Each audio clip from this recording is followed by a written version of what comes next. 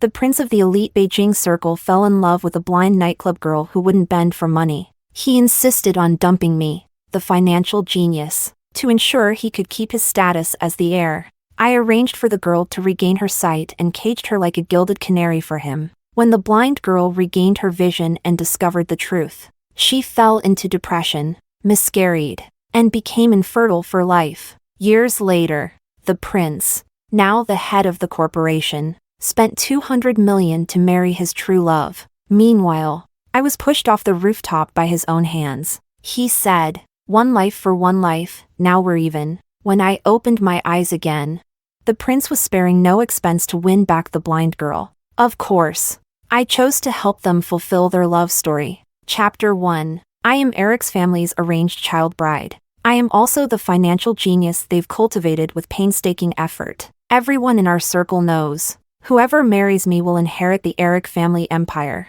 But Eric doesn't understand this simple truth. He publicly confessed his love to Luna, a blind girl performing in a nightclub who sells art, not her body. He recklessly spends money just to see her smile. He tells everyone, Luna, despite being in the mud, remains untainted. Her pure smile cleanses me of all my cynicism. Diana is too smart. Her eyes are always calculating, filthy. So, he insists on dumping me. He even kneels before the chairman to beg for Luna's hand in marriage, shaming me in the process. Chapter 2. When I opened my eyes, I was sitting in a private booth at a nightclub. Beside me were friends from the same elite circle. In front of us, Luna was playing the piano, her misty eyes brimming with grievance and reluctance. She plays like this and still dares to perform? She's far worse than Diana. Eric must be blind to fall for this delicate white flower. Breaking off the engagement with you?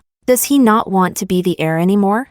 I listened in a daze as my friends discussed. Luna finished her piece and stood up to bow. Then, fumbling for her cane, she began to walk step by step toward the booth door. Just as the door clicked open, Eric entered. Luna stumbled off the stage, falling to the ground. Her fall made her cry out loud, tears streaming down her pale face, her lips trembling slightly. Eric happened to see the scene. His handsome face darkened as his brows furrowed deeply. He strode toward Luna, cradling her protectively in his arms, his eyes filled with heartache. Then he swept his gaze across everyone seated on the sofa. When his eyes landed on me, they were full of anger. Diana, didn't I warn you not to trouble Luna?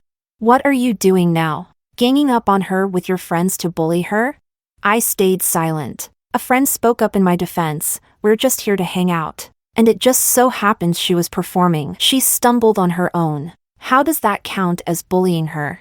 But Eric didn't care what others said. He only believed what he wanted to believe. And now that his Luna was crying, someone had to take responsibility. Everyone present was a young master or miss of an elite family, all tied up in intricate webs of power and interest. Only I, his family's child bride, was his scapegoat, his obedient dog. Naturally, he lashed out at me. Diana, apologize to Luna.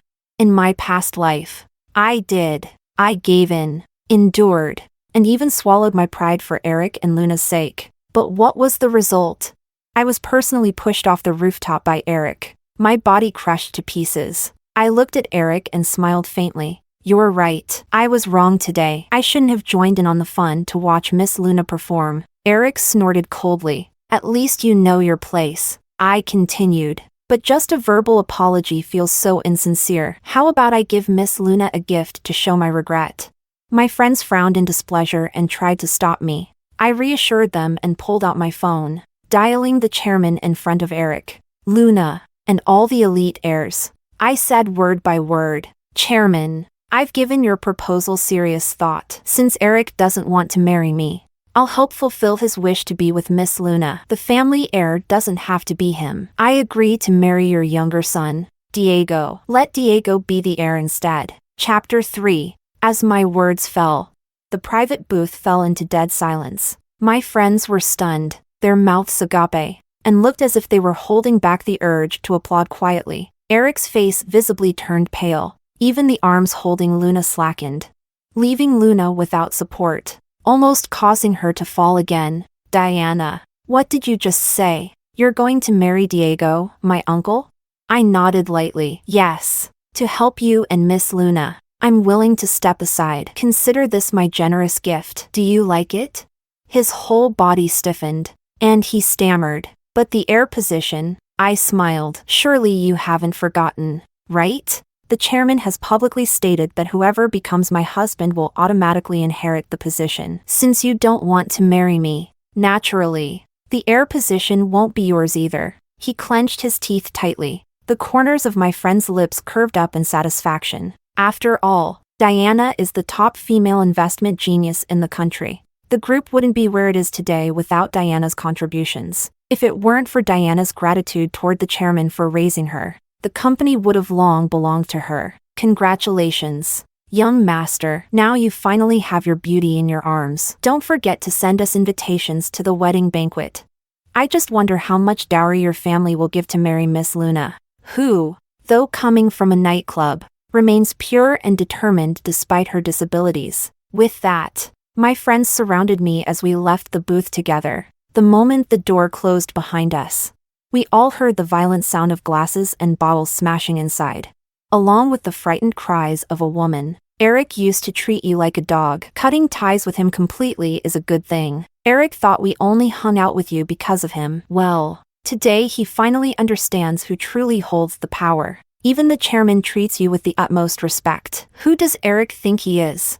We only gave Eric face out of consideration for you. Now, we don't even need to pretend in front of him anymore. Let him roll as far away as possible. Chapter 4. The news of me breaking off my engagement with Eric spread quickly in the elite circle. Everyone now unanimously agreed Eric was no longer the heir to the family business. This stripped Eric of the conveniences he had once enjoyed under the halo of being the future heir. His credit card spending was restricted. He no longer had priority access to seasonal new releases. Even the VIP elevator in the company building was no longer available to him. In every aspect of life, Eric began to feel the stark difference from his previous status. I ran into Eric at Gourmet Essence today. Can you believe he was actually holding a number and waiting for a table? Is this really the once untouchable young master we knew? Eric got kicked out of the Equestrian Club's group chat because he couldn't afford the annual membership fee. Didn't Eric order a handcrafted piano for that blind girl? Well, the piano is finished, but he can't afford the 10 million yuan balance. Hilarious. My friends shared bits of gossip and photos in our group chat to amuse everyone. I glanced at it and merely raised my eyebrows, feeling no waves in my heart. Looking back, I realized how foolish I had been to have feelings for Eric. Without the embellishment of wealth, Eric was no different from any other second-generation rich kid. Idle, aimless, nothing but a pretty face. But Eric's mother still brought Eric to see me. The two of them sat across from me, one calmly sipping tea, the other glaring at me with a sullen expression. I stayed silent, waiting for them to state their purpose. Eric's mother was the first to speak. After the chairman received your call, he refused to meet with Eric. I understand you've been wronged in this matter, so we're here today to discuss a compromise. Luna is now pregnant, and it's not appropriate for her to be out in public anymore. Could you arrange a house for her and take care of her? Eric is still the rightful heir to the family. Ultimately, he can only marry you. I'd like to ask you to speak with the chairman and stop this standoff with your own grandson. Her words were calm and polite, leaving no room for reproach, but they still carried an unpleasant undertone. Eric, on the other hand, was much more direct. He pulled out an agreement. This is a prenuptial agreement. Our assets will be notarized, and after our divorce, you won't get a penny. Also, this will be a marriage in name only. You'll need to convince Luna that she's the only one in my heart. Once I become the heir, you'll immediately resign from the company and disappear overseas, out of sight of both me and Luna. After signing the contract, you'll find a renowned doctor to treat Luna's blindness. Once her vision is restored, we'll get married. Looking at the utterly exploitative contract in my hands, I asked, "And what's in it for me?" The two of them froze. I pressed further. "What's the benefit of marrying you, Eric?" Both frowned deeply. I laughed. "Marrying you so you can become the heir, taking all the money, cars, and houses for yourself, while I take care of Luna, find her a doctor, and work tirelessly, only to be exiled overseas? Seems like I'm not even as good as a servant. Am I? Eric stood up, looking down at me with arrogant confidence. At the very least, you'll get to see me often. Diana, I know you like me. Being able to see me regularly is already a gift for you. I opened my mouth, dumbfounded, finally understanding why, in my past life, no matter how much effort I put into helping Eric, I never earned a single word of gratitude. In his mind, just allowing me to look at him was already a favor. A favor! Clenching my teeth, I spat out the word silently. Favor! After politely escorting the two of them out, I uploaded the video of their visit to my social media without any edits. The post quickly gained hundreds of likes. Friends flooded me with messages asking if they could share it. I no longer had any reason or excuse to stop Eric from becoming a laughingstock. At the bottom of the video, I added a caption. Feel free to like, share, and subscribe. Over the next 2 days, the video went viral. I didn't expect a major influencer to pick it up and post it online, bringing an avalanche of traffic that sent the video straight to the trending list. Favor? Does he think he's God? No, he thinks he's the god of wealth, and everyone is happy just to see him. Excuse me, don't insult the god of wealth. The god of wealth wouldn't be as stingy as Eric. Money, power, and status, Diana earned all of it for him. Yet he expects her to devote herself selflessly just because of his face. Shameless. Big sis. Look at me. I'm a young university student, cheap, hardworking, and I'll say nice things to you. Big sis. Me too. I don't want money or power. I just want to cuddle, kiss, and lift you up high. Chapter 5. This matter finally caught Eric's father's attention. He specifically came to my office and bowed at a full 90 degrees to apologize, promising to give me a satisfactory resolution that very day. I heard that Eric's father had beaten him so severely that Eric ended up in the ICU. When the ambulance arrived, Eric was covered in blood and unconscious. But Eric, even through gritted teeth, refused to apologize to you, Diana. He even claimed that you were the one who should apologize. His father was furious. His mother, ever the troublemaker, only added fuel to the fire. Eventually, his father announced he wouldn't bother with Eric anymore. Now, Eric can't even enter the company. His credit cards have been frozen, and everyone in the circle is eagerly waiting to see his downfall. Perhaps Eric's former arrogance had made him too many enemies. Or maybe the heirs of other families saw my capabilities and wanted to connect with me. Either way, I constantly received updates about Eric through various channels. Eric was kicked out of his home. Now he lives in Luna's modest rental apartment that costs only 3,000 yuan a month. Eric, pitying Luna, refuses to let her work, but his own pride keeps him from taking low-level jobs, and he's not competent enough for management roles. Now, they're living off Luna's dwindling savings, waiting for the day it runs out. Luna, pregnant, tries to maintain her health while searching for renowned doctors to treat her blindness. Medical bills, prenatal care, daily living expenses, all require money. Eric is likely experiencing hardships he's never known in his entire life. Yet despite everything, he clings to Luna, refusing to yield to his family. But Luna lacks Eric's resilience. She sought out Eric's mother for help, and his mother discreetly provided financial support. However, once Eric's father discovered this, he cut off their resources entirely. Just as they saw a glimmer of light, they were thrust back into darkness. Though Luna grew up in poverty, years of being spoiled by Eric made her unaccustomed to hardship. So, she came to me for help. At the company's new product launch, surrounded by a swarm of media reporters, Luna knelt on the ground, clutching her white cane, crying pitifully like a delicate flower drenched in rain, with her fragile face illuminated by the camera flashes. She seemed so helpless. I sat among the senior executives, cast as the ruthless, villainous woman wielding capital with a heavy hand. The cameras zoomed in on me as reporters bombarded me with questions. Is it true you ordered a ban on young Master Eric? Now that you're the chairman's right hand, does everything in the company revolve around your whims? Is it because you couldn't outshine a blind girl that you're taking revenge and destroying young Master Eric? facing the meticulously prepared questions of the reporters. I furrowed my brows. But only for a moment. Then, I found clarity. No matter how well Eric's father played the game on the surface, he would never easily abandon his only son, Eric. Today's product launch was crucial, and only internal personnel knew the location and time. Security measures were at their highest. Yet somehow, a blind girl like Luna managed to enter and cry her grievances without any hindrance, leaving me at the mercy of the press. Clearly, someone orchestrated this. Eric's arrogance would never allow him to resort to such tactics. His mother wasn't cunning enough. Eric's father, however, had likely been dissatisfied with the old chairman for a long time. The chairman never truly favored Eric, only seeing potential in him with my assistance. Now that I had severed ties with Eric, the chairman abandoned him as well. To the chairman, Eric was just one of his family. He had another, more capable son, Diego. But to Eric's father, Eric was his only hope.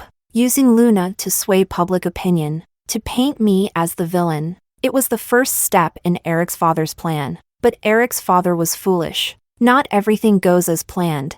I curled my lips into a smile and looked at Luna. I know that no matter what I say today, it won't stop people from believing Eric's current plight is all my doing. But I have never acted against the interests of the company. This situation has gone beyond my expectations. So, I will resign as the CEO of the company. Consider it my gesture of goodwill. I walked over to Luna and helped her to her feet, speaking each word clearly.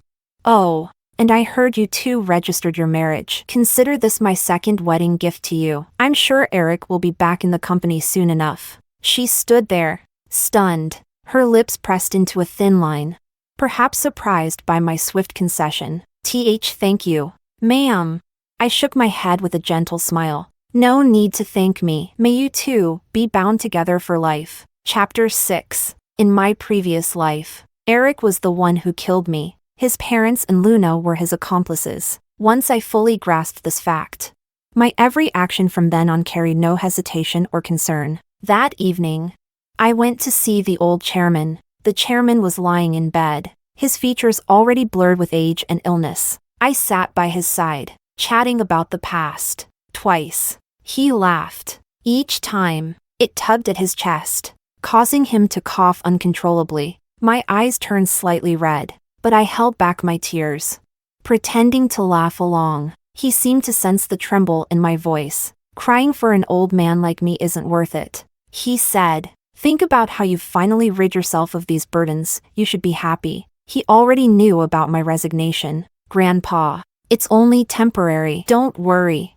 Worry? I've never worried about the company. I only worry about you, my silly girl. Being deceived. Eric is hopeless. And while Diego has better character, he's too old. None of them are worthy of you. Thinking about how this elderly man before me would soon pass away, I let my tears fall, masking them with a laugh as though amused. After he fell asleep, I prepared to leave. But just as I stood up, a tall figure appeared at the doorway. It was Diego. He had returned. I froze, watching as he stretched out his slender hand, pulling open the door and gesturing for me to go ahead. We walked downstairs, one after the other. When we sat on the sofa, he handed me a cup of ginger tea with red dates. Did you just make this?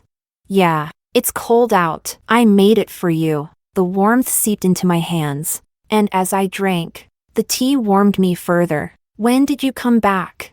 When the old man said I was too old and not good enough for you. I paused, nearly spilling the tea on my dress, but Diego's quick reflexes steadied my hand in time. The scalding tea splashed onto the back of his hand, instantly reddening the skin. I immediately called for burn ointment. The housekeeper offered to apply it for him, but Diego pulled his hand back, fixing his gaze firmly on me. That gaze, it was the same one I remembered from my previous life. When he stood silently before my grave, staring at my tombstone, my cheeks grew warm, and I took the burn ointment from the housekeeper. Sitting down beside him, "Give me your hand," he complied. As I looked at his hand, memories from my previous life flooded my mind. It was Diego who retrieved my body. It was Diego who organized my funeral. And it was Diego who reported Eric to the police, uncovering him as my murderer. But by then, Eric's power was insurmountable. Diego's attempts to bring him to justice were futile, so he gambled everything on a dangerous move: mutual destruction. When Diego dragged Eric into the flames with him, he was smiling. A tear slipped onto the back of Diego's hand. He furrowed his brows slightly, sniffling. I asked him, "When did you start liking me?" He froze for a moment. Then his soft voice drifted into my ears. "From the day the old man brought you home. I was only 10 at the time, and he was 16. I stared at him in shock, only to hear him continue. But you always liked playing with Eric, never with me." Fragments of memories surfaced in my mind. 16-year-old Diego had asked me, "Why don't you want to play with me?" And with the innocence of a child, I had replied, "You're a big kid.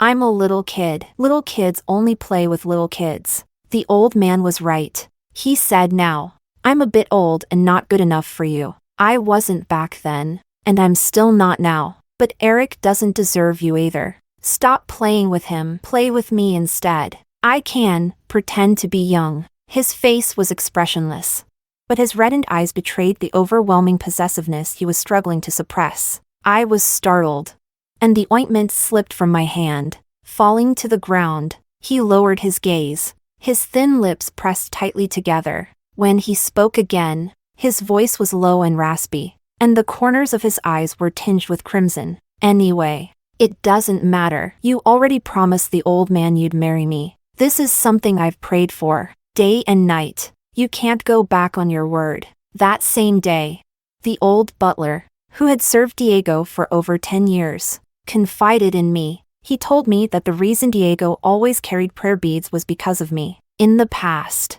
he prayed to Buddha for my happiness and well-being. Now, he prayed to Buddha for me to marry him. Chapter 7. Eric returned to the company and took my position as CEO. In the elite circle, everyone was watching, but no one reached out to build connections with Eric. He dismissed their aloofness as their inability to recognize his greatness, and he made no effort to win their favor. Instead, he focused entirely on purging the company of what he called my informants, department heads, team managers, project leads. One by one, they were swept out. The aggressive restructuring left everyone in the company on edge, but the employees who were dismissed were surprisingly relieved. Not only did they receive generous severance packages, but many of them brought their resources and project contracts directly to me. I, in turn, handed those contracts to Diego. Along with the loyal veterans who had come to me, Diego welcomed them all, assigning each to positions that suited their skills perfectly. The compensation he offered was significantly better than what they had received before. In just a few months, the company's financial reports recorded a historic decline. For the first time, the company posted negative growth. Eric and his father dismissed the losses as the necessary sacrifices of reform. They believed they were taking a long-term view. To them, some people, no matter how capable, were simply unusable. But the individuals they had labeled as unusable were the very ones who held the company's most critical and sensitive knowledge. Eric and his father failed to consider the emotional toll their actions took on the remaining staff. The constant worry about choosing sides only bred more internal strife, and the more people schemed against each other, the less capable they were of driving the business forward. After months of consecutive declines, Eric finally led the company into its first-ever financial loss.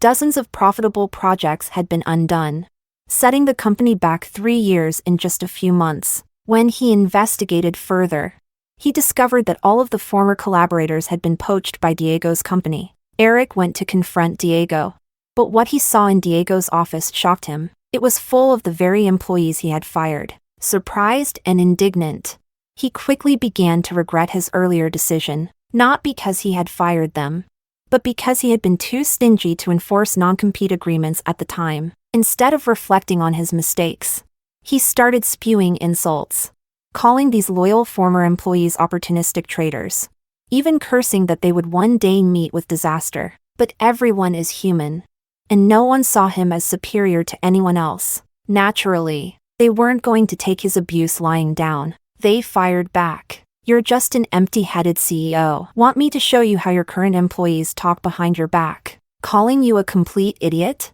With how you've been cutting employee benefits, it's only a matter of time before everyone abandons you. All the scheming and infighting, who even has the energy to focus on business anymore? Keep playing, young master. We'll be waiting for the day your company goes bankrupt. Eric's furious, twisted expression was caught on camera and quickly circulated online. A savvy content creator edited his rant into a satirical video about corporate toxicity, causing the group's stock to plummet further, eventually hitting the limit down threshold. It was at this point that I stepped in, spending a significant amount to acquire shares. My intervention brought a hint of stability to the company, but Eric, finally grasping that things couldn't continue like this, shifted his focus to other wealthy heirs, hoping to build alliances. Unfortunately, Eric's erratic behavior and scandals were well known, and no prominent family heirs were willing to associate with him. Occasionally,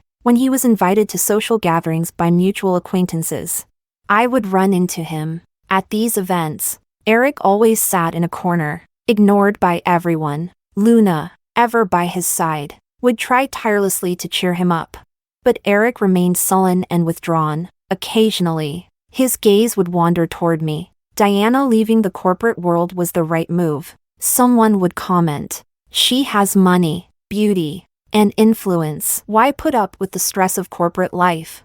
Diana not wearing business attire is absolutely stunning. She's like a goddess. I'm telling you, Diana, have you ever thought about entering the entertainment industry? I happen to have a talent agency, and I'd be more than willing to invest resources in you. What are you talking about? Does Diana need you to invest resources? Just showing up on camera would make her the center of attention. My friends never held back on their compliments for me, and with my newfound status as Diego's fiancé, their admiration only grew. In just a few days, the company under Eric's leadership continued to decline, while Diego's global enterprises soared to new heights. It was clear to everyone who held the upper hand. Chapter 8. Luna sat quietly, her head lowered, biting her lip, sinking into a deep sense of inferiority as she listened to the whispers and chatter in the private room. Out of nowhere, someone called her name. "Mrs. Eric, it just occurred to me that you used to perform here. Do you have time to play us a piece? Let us enjoy your heavenly music." It was a classic example of backhanded compliments and subtle mockery, typical in this circle. Luna froze, her entire body stiffening. Eric frowned, glaring at the person who made the suggestion. "If you want to hear music, go play it yourself." "Oh, come on now. Everyone knows your wife used to perform in nightclubs. Why act like you're above it now?" Eric grabbed a glass of water and hurled it at them. "Who are you calling a nightclub performer?" Just as the situation was about to escalate, I interjected calmly. "If someone wants to hear the piano, I'll play a piece. Let's not trouble Mrs. Eric." The room fell silent. All eyes turned to me, stunned. I had already taken my seat at the piano, my fingers poised over the black and white keys. A beautiful melody began to flow, filling the room and captivating everyone present. Surprise was evident in their eyes. They hadn't known I could play the piano. I had participated in international competitions. I had even won awards. So, when Eric fell for a blind girl who could play the piano, all I had felt was disdain. After all, playing the piano was hardly a remarkable skill. Back then, I had believed that as the heir to a family conglomerate, Eric didn't need a decorative vase. He needed someone who could help him rise to greater heights. But Eric was too foolish to understand. When the piece ended, thunderous applause erupted throughout the room. Eric, however, stood up from his corner seat. Luna tried to pull him back, but he shook her off. As her hand fell away, Luna covered her face, trembling with sobs. Eric's eyes, filled with an admiring gleam, fixed on me as he began walking toward the piano. I furrowed my brow. Once upon a time, I had adored it when he looked at me like that. Now, it only filled me with disgust. Fortunately, before Eric could get close, a figure entered the room and pulled me into his arms. It was Diego. I heard the sound and knew it had to be you playing. Diego said softly, Though I'm disappointed I arrived too late to watch you perform. The fresh, crisp scent of him filled my senses. I smiled faintly. It's fine. Buy me a piano, and I'll play for you at home anytime you want. Diego's eyes softened. You said it. In that case, I want to hear you play now. Our friends chimed in with teasing remarks. Diego, don't be so possessive. Ever since Diana became your fiancé, we hardly get to see her anymore. We just managed to get her out today. And now you're already whisking her away? Diego chuckled lightly. I can't help it. Even a moment without Diana feels like 3 years to me. Their laughter and whistles filled the room. Some of it directed at Eric. Someone's worried Diana might get snatched away. Someone joked. Eric's expression darkened. Diego, however, remained composed, smiling as he replied, Diana has standards. She's not interested in married men, and she's even less interested in second-hand goods. I've stayed loyal to her all these years, and she knows it. Loyal? Are you saying you've never been in a relationship because of Diana? Wow. Diego's subtle smile was all the confirmation they needed. My face flushed crimson. Enough. Aren't you embarrassed? Diego took my hand in his. Come on, let's go check out some pianos. He led me out of the room, away from the drama. Chapter 9. As soon as we stepped out, another figure followed us. It was Eric. Trailing behind him was Luna, crying uncontrollably. Stumbling and disoriented, she walked straight into a wall, fell to the ground, and began sobbing even harder. But Eric didn't spare her a single glance. His furrowed brows and intense gaze fixed solely on me. I need to talk to Diana, Eric said firmly. Diego narrowed his eyes. Diana? Is that what you think you should call her? Eric pressed his lips together, ignoring Diego altogether as he turned to me. Diana, I owe you an apology. I was wrong before. Please, give me another chance. Call her Aunt Diana, Diego said, clearly enjoying the antagonism. Eric clenched his teeth, as if ready to fight Diego head-on. I smirked, pointing toward Luna, who was heavily pregnant and sobbing nearby. Your wife is bleeding. I suggest you take her to the hospital immediately. It was only then that Eric noticed the dark red stain beneath Luna. Her water had broken, with a deep frown and visible impatience. He dialed for emergency services. Before I could say another word, Diego took my hand and pulled me into another empty private room. He pressed me against the wall, his lips brushing against my ear, sending tingling sensations coursing through my entire body. From his proximity, I felt a trace of danger emanating from him. Don't appear in front of Eric again, he commanded. I raised an eyebrow, displeased. The next second, his tone shifted, softening into a plea. Please, don't appear in front of Eric again. Why? I asked. Because men are idiots, he said bluntly. Eric, especially. The less he can have, the more he wants. Once his stupidity fades, he'll realize what he's truly lost. Just now, I could tell, he was this close to confessing to you in front of me. I chuckled lightly. And you? Are you just as much of an idiot? Will you stop wanting me after you've gotten me? In response, he leaned down and bit my earlobe gently, his lips teasingly soft, before murmuring in a husky voice, I'm not an idiot. My fingers slid into his dark hair, and with a mischievous smirk, I teased him. Didn't you say earlier that you've been loyal to me all these years? Diego paused for a moment, then murmured softly, I tugged at his collar, pulling him closer as my lips met his. Do you mind if I check out your purity? I teased. A faint blush crept across his face, his crimson gaze darkening as his brows furrowed with restrained desire. The buttons of his shirt popped off one by one, some even bouncing onto my face, as my hands brushed against his waist and abs. I couldn't help but be startled. The sheer size and strength of him took my breath away. Amidst gasps and heated whispers, a commotion stirred outside the room, the sound of an ambulance siren, the noise of a crowd rushing out, and then, amidst it all, Eric shouting my name, over and over again, but I was lost in sweetness, kissed so deeply and thoroughly that I forgot everything else. By the time the door to the private room swung open, I barely had time to react. Diego moved swiftly, grabbing a piece of clothing to drape over me, shielding me from prying eyes. At the door stood Eric, his eyes wide with shock. You're actually together? His reaction was almost laughable. I was with my fiancé. What was so strange about that? Diana, you've always loved me the most, Eric shouted, his voice tinged with desperation. How could you be with my uncle? His hysterical outburst was downright pathetic, as if he still wanted to storm into the room and ruin Diego's moment. Eric took a step forward, but Diego, who was far from weak, had no trouble handling him. After settling me onto the sofa, he effortlessly knocked Eric to the ground in just a few moves. Apparently, even that wasn't enough to satisfy his anger. Scooping me into his arms, Diego carried me out of the room, his voice dripping with disdain as he spat at Eric. You're pathetic, and isn't that the truth? He had everything, but he never cherished it. Only when it was gone did he realize what he had lost. Chapter 10. Luna gave birth to a boy, but the boy was born with an eye condition, although the doctor assured them that the condition wasn't necessarily inherited from the mother.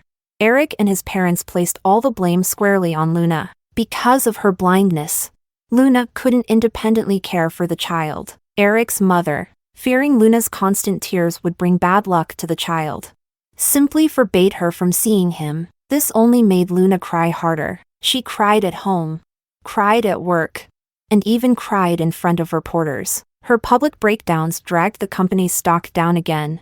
Just as it had begun to recover, I took advantage of the opportunity to purchase more shares, making me the largest shareholder. Diego often asked when I planned to make my move. I would always reply, "There's no rush." He was eager to see Eric fail, but I was more concerned about the old chairman. He didn't have much time left, and I didn't want to accelerate his passing with news of major changes in the company. What I hadn't expected was that my inaction would instead hasten his death. Eric, seeing the company on the verge of financial collapse, decided to sell off the group and its subsidiaries. If not for Diego discovering this in time, the old chairman's lifelong efforts would have been destroyed. Eric was ousted by the board of directors. I, as the largest shareholder, returned to the board and took control of the company once more. As the stock soared to new heights, Diego and I finalized our wedding plans. He filled the city with red roses, chartered every available drone to perform an aerial show, and proposed to me in a stunning display of love. Amid the blessings of the entire city, I climbed into the wedding car and walked into the church. The old chairman passed away on my wedding night. The next day, Diego organized a grand funeral for him. The funeral was solemn and drew mourners from across the city. But Eric, left alone at home, broke into the old chairman's residence to steal his private fortune. When caught, he insisted he was only looking for his grandfather's belongings. Not stealing, but with both witnesses and evidence. His excuses fell flat. Eric was sentenced to 3 years in prison. During those 3 years, his parents, Luna, and their child, who suffered from both eye issues and autism, came to me several times, begging for Eric's release. But I wasn't the judge. How could I help Eric escape justice? I had them thrown out of my home. Years passed. By the time I heard news of Eric again, it had been 3 years since his release from prison. Eric returned to find that his child, born with an eye condition, was also diagnosed with autism. Luna, unable to endure the mistreatment from her in-laws and the grinding poverty of their lives, returned to working in nightclubs. Because Eric had once painted her as someone untainted by the mud, many wealthy men were interested in keeping her as a mistress. Reluctantly, she agreed, but being blind, she couldn't hide her vulnerabilities, and these men quickly discarded her after a short time. Still, she clung to memories of the days when Eric treated her like a treasure, repeatedly falling into exploitative relationships, only to cry about her misfortunes. When Eric returned, Luna thought her life might finally improve, but when Eric discovered Luna's past during his time in prison, he began abusing her daily. When Luna asked for a divorce, Eric refused. Not only that, he sold Luna off to a nightclub madam. Previously, when she was kept as a mistress, she still clung to a shred of pride. But now, forced into prostitution, whatever pride she had left was shattered completely. Eric's parents, watching their son's descent and unable to care for their grandchild, finally gave up on them entirely. The couple retreated into solitude, living off their meager pension. But Eric wasn't someone who could be shrugged off so easily. It wasn't long before he found them, draining what little they had left to survive. As for Luna, unable to endure her circumstances any longer, she took her own life one morning, jumping into the sea. Years later, Diego and I were playing with our children by the shore. A ragged-looking vagrant passed by. Even with a single glance, I recognized him, and he seemed to recognize me too. He rushed toward me, shouting my name. Diana! Diego, ever protective, called for security to drag him away. The next day, we heard the news. The vagrant had jumped into the sea. His body was never recovered. When Diego learned that the man who jumped was Eric, his sharp brows furrowed, and he muttered with disdain, "Pathetic to the very end."